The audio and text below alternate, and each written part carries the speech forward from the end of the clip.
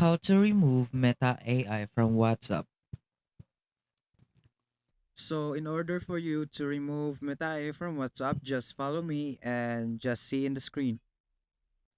The first thing you could do is just to search WhatsApp.